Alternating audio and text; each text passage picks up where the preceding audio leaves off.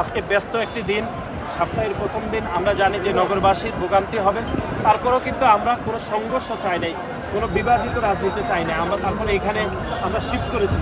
তারপরে আমরা মনে করি নগরবাসীর এক ধরনের ভোগান্তি হবে, সেজন্য আমরা নগরবাসীর প্রতি আমরা দুঃখ প্রকাশ করছি, আমরা ক্ষমা প্রার্থনা করছি। আমরা মনে করছি খুব দ্রুত সময়ের মধ্যে আমরা আমাদের প্রোগ্রামটি শেষ করব। বাংলাদেশের যে গণতান্ত্রিক ধারাটি গত 17 বছর ধরে ব্যাহত করা হয়েছিল, বিশেষ করে বাংলাদেশের 3টি জাতীয় নির্বাচন 2014, 2018 এবং 2024-এ তরুণরা ভোট দিতে পারেনি।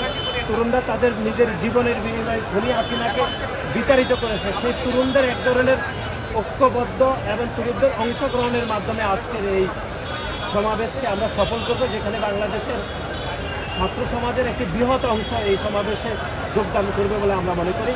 এবং আমরা এটিও আশা প্রকাশ করছি যে এই শাহবাগ চত্বরে অতীতে যত রাজনৈতিক সমাবেশ হয়েছে, যত ছাত্র সমাবেশ হয়েছে, সব থেকে বড় ছাত্র সমাবেশ আজকে ইনশাআল্লাহ এই শাহবাগ চত্বরে বাংলাদেশ জাতীয়তাবাদী ছাত্রদল উপহার দিবে। সেজন্য আপনাদের সকলের আমরা সহযোগিতা কামনা করছি। অতীতেও আমরা সহযোগিতা পেয়েছি এবং আজকেও আমরা আপনাদের সহযোগিতা কামনা করছি।